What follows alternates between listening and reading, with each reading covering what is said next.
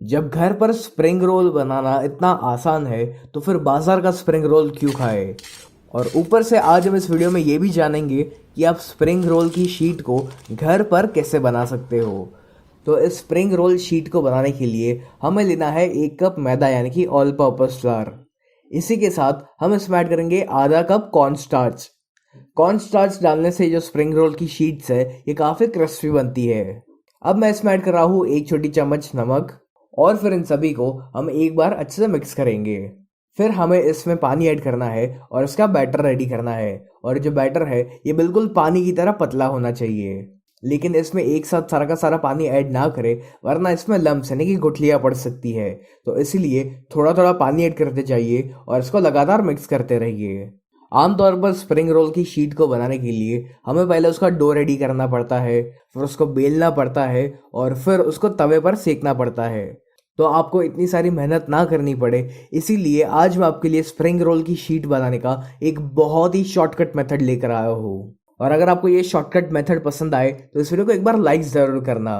चलिए, जैसे कि आप देख सकते हो कि ये जो स्प्रिंग रोल शीट बनाने का बैटर है ये रेडी हो चुका है और ये बिल्कुल पानी की तरह पतला होना चाहिए। यदि ये बैटर थोड़ा सा भी गाढ़ा होगा ना तो फिर आपकी जो स्प्रिंग रोल की शीट्स है वो थोड़ी सी मोटी बनेगी। चलिए, बैटर तो रेडी हो चुका है। तो अब आपको इस प्रकार का एक पैन लेना है और इस पैन को पहले हम तेल से ग्रीस करेंगे। तो बिल्कुल थोड़ा सा तेल आपको इस पर डालना है और फिर एक टिश्यू पेपर की सहायता से इस तेल को हम अच्छे से पोंछ लेंगे।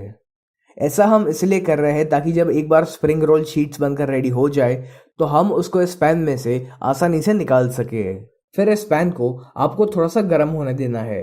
अब आपको क्या करना है कि इस पैन को आपको थोड़ा सा तिरछा यानी कि इस प्रकार से टिल्टेड रखना है और फिर हम इसमें थोड़ा सा बैटर ऐड करेंगे और फिर इस पैन को हमें इस प्रकार से घुमाकर इस बैटर को हर तरफ इवनली स्प्रेड करना है।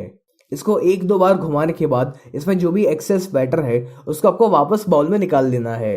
इस बैटर को आपको इस पैन में बहुत ज़्यादा देर तक नहीं घुमाते रहना है वरना फिर आपकी जो स्प्रिंग रोल की शीट्स है वो काफ़ी मोटी बनेगी और फिर उसको खाने में आपको उतना मज़ा नहीं आएगा। अब ये जो शीट है इसको आपको मीडियम फ्लेम पर तकरीबन 1 मिनट के लिए पकाना है। इससे ज़्यादा इसको मत पकाइएगा वरना इसका जो कलर है वो धीरे धीरे चेंज होने लगेगा।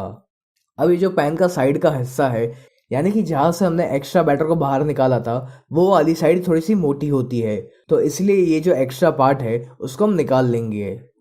तकरीबन 1 मिनट हो चुकी है और जैसे कि आप देख सकते हो कि ये जो शीट है इसने इस पैन के किनारों को अपने आप ही छोड़ना शुरू कर दिया है। तो अब आपको एकदम ही सावधानी से इस शीट को उठाना है। ये जो शीट है ये इस वक्त काफ़ी गर्म होती है, तो जब आप इसको पकड़ने जाओगे तो हो सकता है कि आपको उंगलियों में थोड़े से चटके लगे। तो इसलिए आपको इस शीट को एकदम ही सावधानी से निकालना है। और फिर आपको एक प्लेट लेनी है और इस प्लेट के ऊपर आप पहले से ही थोड़ा सा मैदा या फिर कॉर्न स्टार्च छिड़क कर रखिए।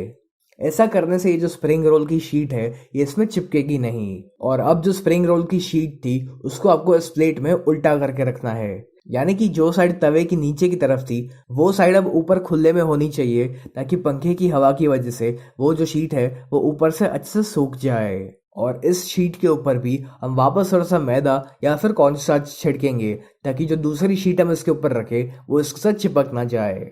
अब दूसरी शीट बनाने से पहले ये जो पैन है इसमें थोड़ा सा एक्स्ट्रा पार्ट बचा हुआ होगा इस शीट का, तो उसको आपको निकाल लेना है। ये हमें किसी काम का नहीं है। तो ठीक इसी प्रकार से आपको बाकी सारी शीट्स को भी रेडी करना है। शुरू में आपको 1-2 शीट्स को बनाने में थोड़ी सी दिक्कत आ सकती है, लेकिन जैसे जैसे आप इसको बनाते जाओगे वैसे वैसे ही आपके लिए बहुत ही ईजी होता जाएगा और आपकी जो स्प्रिंग रोल की शीट है वो आसानी से बनकर रेडी हो जाएगी। ये जो स्प्रिंग रोल की नीचे की साइड है यानी कि जो साइड तवे के ऊपर होती है वो हल्की सी गीली रहती है, तो इसलिए उसको उल्टा करके रखना बहुत ही ज़रूरी है ताकि वो अच्छे से सूख जाए। तो चलिए, ये जो दूसरी शीट है ये भी रेडी हो चुकी है और इसको भी हम मैदा या फिर कॉर्न स्टार्च से अच्छे से डस्ट करेंगे। इसी तरह से मैंने ये और 5 से 6 शीट्स रेडी कर ली है और जैसे कि आप देख सकते हो कि हर एक शीट एकदम ही परफेक्ट बनकर निकली है। तो अब इनको हम पूरी तरीके से ठंडा होने देंगे और तब तक हम स्टफिंग रेडी करेंगे। तो स्टफिंग को बनाने के लिए आपको एक कढ़ाई या फिर एक वॉक या फिर एक पैन में 2 से 3 बड़ी चम्मच तेल डालना है और इस तेल को हम अच्छे से गर्म होने देंगे। तेल जब गर्म हो जाए तब आपको इसमें ऐड करना है 1 बड़ी चम्मच अदरक, लहसुन और हरे मिर्च का पेस्ट। आप चाहो तो इस पेस्ट के बजाय इन सभी को एकदम ही बारीक बारीक चॉप करके भी इस्तेमाल कर सकते हो।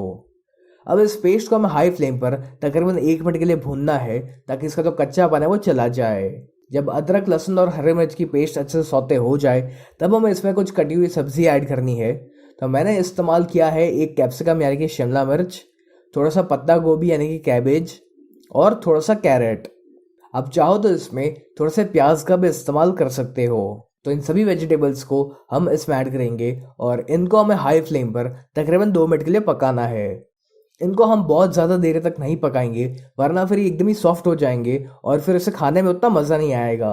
हमें इन सब्जियों को थोड़ा सा कच्चा ही रखना है ताकि ये खाने में थोड़ा सा क्रंची लग सके। इसी के साथ मैं इसमें ऐड कर रहा हूँ 1 छोटी चम्मच नमक ताकि ये जो सब्जियां है ये फटाफट से कुक हो जाए। लेकिन ध्यान रहे कि आपको इसमें बहुत सारा नमक नहीं डालना है क्योंकि इसके बाद हम इसमें कुछ सॉस ऐड करने वाले हैं और उनमें भी थोड़ा सा नमक रहता है। फिर इसमें जाएगा 1/4 छोटी चम्मच काले मिर्च पाउडर यानी कि ब्लैक पेपर पाउडर और फिर हम इन दोनों को इसमें एक बार अच्छे से मिक्स करेंगे। अब मैं इसमें ऐड कर रहा हूँ 3 से 4 बूंद सोया सॉस की और फिर इसमें जाएगा 1 छोटी चम्मच रेड चिली सॉस। कुछ लोग स्प्रिंग रोल्स की स्टफिंग में इन सॉसेस का इस्तेमाल नहीं करते, तो अगर आप इनको नहीं डालोगे तो भी चलेगा। क्या होता है कि सॉस डालने से ये जो स्टफिंग है ये हल्का सा गीला हो जाता है और फिर जो स्प्रिंग रोल की शीट है वो हल्की सी फटने लगती है। तो इसलिए स्टफिंग में सॉस का इस्तेमाल करना एकदम ही ऑप्शनल है। तो ये जो हमारा स्प्रिंग रोल का स्टफिंग है ये ऑलमोस्ट रेडी हो चुका है। तो सबसे आखिर में हम इसमें ऐड करेंगे थोड़ा सा स्प्रिंग ओनियंस। इन स्प्रिंग ओनियंस का बहुत ही बढ़िया सा फ्लेवर आता है, तो आप भी इनको ज़रूर इस्तेमाल करिएगा। तो लीजिए हमारा ये जो स्टफिंग है ये रेडी हो चुका है। तो अब इस स्टफिंग को हम साइड पर ठंडा होने देंगे और तब तक हमें मैदा की एक पेस्ट रेडी करनी है। तो मैंने एक बोल में लिया हुआ है 2 बड़ी चम्मच मैदा यानी कि ऑल पर्पस फ्लावर और फिर हम इसमें बिल्कुल थोड़ा थोड़ा पानी ऐड करते जाएंगे और इसकी हमें एक पेस्ट रेडी करनी है। इस पेस्ट को हम इसलिए बना रहे हैं ताकि हम स्प्रिंग रोल की शीट को आसानी से चिपका सके। चलिए सारी चीज़ें बनकर रेडी हो चुकी है। तो अब हम ये देखेंगे कि स्प्रिंग रोल को बनाना कैसे है। तो मैंने यहाँ पर ये स्प्रिंग रोल की शीट रखी हुई है। तो अब इसकी किसी भी एक तरफ पर आपको स्टफिंग को डालना है। तो मैंने 1 बड़ी चम्मच जितना स्टफिंग का इस्तेमाल किया हुआ है। आप बहुत ज़्यादा भी स्टफिंग फिल ना करें इसमें, वरना आपको उसको फोल्ड करने में थोड़ी सी दिक्कत आ सकती है। अब जो मैदा की पेस्ट हमने बनाई हुई थी उस पेस्ट को हमें इस स्प्रिंग रोल की शीट की तीनों तरफ पर लगाना है। इस मैदा की पेस्ट को आप अच्छे से हर तरफ लगाइएगा ताकि ये जो स्प्रिंग रोल की शीट है ये अच्छे से बंद हो जाए और फिर तेल में जाने के बाद खुले नहीं। अब इसकी जो साइड्स है इसको हम बीच की तरफ लेकर आएंगे और फिर जिस साइड पर हमने स्टफिंग लगाया हुआ था उस साइड को हमें इस प्रकार से फोल्ड करते जाना है। अब सबसे आखिर में हम यहाँ पर भी थोड़ा सा मैदा का पेस्ट लगाएंगे ताकि जो स्प्रिंग रोल की शीट है ये अच्छे से सील हो जाए। तो जैसे कि आप देख सकते हो कि ये जो स्प्रिंग रोल है ये रेडी हो चुका है और ठीक इसी प्रकार से आपको बाकी सारे स्प्रिंग रोल्स को भी बनाकर रेडी करना है। अगर आपकी शीट में कहीं पर भी छेद हो या इसको फोल्ड करते समय पर वो कहीं से फट जाती है तो फिर जो मैदा की हमने पेस्ट बनाई हुई थी उस पेस्ट को आप इस शीट पर लगा लीजिए ताकि वो जो छेद है वो भर जाए। चलिए इसी प्रकार से मैंने सारे स्प्रिंग रोल्स रेडी कर लिए हुए हैं। तो अब बारी आती है इनको फ्राई करने की और इनको फ्राई कैसे करना है ये बहुत ही ज़रूरी है। अगर आप इनको ठीक तरीके से फ्राई नहीं करोगे तो फिर ये जो स्प्रिंग रोल्स है ये उतने क्रिस्पी नहीं बन पाएंगे और अंदर से आपको ये हल्के से कच्चे भी लगेंगे। तो जो सबसे ज़रूरी चीज़ है वो ये है कि आपका जो तेल का तापमान है वो मीडियम गर्म होना चाहिए। जैसे कि आपने देखा कि जब मैं इसमें स्प्रिंग रोल डाल रहा हूँ तो तेल में काफ़ी धीरे धीरे से बबल्स आना शुरू हो रहे हैं, यानी कि जो तेल है वो मीडियम गर्म है। अगर आपका तेल बहुत ही ज़्यादा गर्म होगा तो फिर जो स्प्रिंग रोल्स है ये बहुत ही फटाफट से ब्राउन हो जाएंगे लेकिन उतने क्रिस्पी नहीं बनेंगे और अंदर से भी आपको जो मैदा और कॉर्नस्टार्च है वो हल्का सा कच्चा लगेगा। तो इसीलिए जो तेल है वो उतना गर्म नहीं होना चाहिए। अब आपको इन स्प्रिंग रोल्स को मीडियम फ्लेम पर ही फ्राई करना है जब तक ये गोल्डन ब्राउन और एकदम ही क्रिस्पी नहीं हो जाते और इनको अच्छे से फ्राई होने में तकरीबन 5 से 6 मिनट लग सकती है। एक साथ इसमें बहुत सारे स्प्रिंग रोल्स ना ऐड करें वरना ये फट सकते हैं।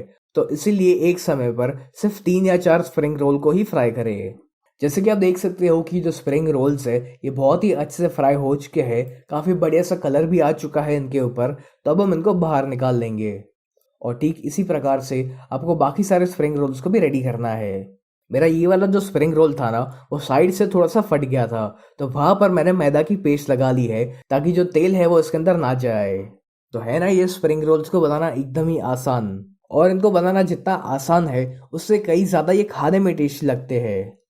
अब मैं आपको इसका आवाज़ सुनाऊंगा ताकि आपको पता चल सके कि ये कितना क्रिस्पी बना हुआ है। चलिए इसे हम कट भी कर लेते हैं। तो ये गर्मा गर्म और बहुत ही क्रिस्पी स्प्रिंग रोल्स बनकर रेडी हो चुके हैं, और इनको आप शेजवान सॉस के साथ सर्व कर सकते हो।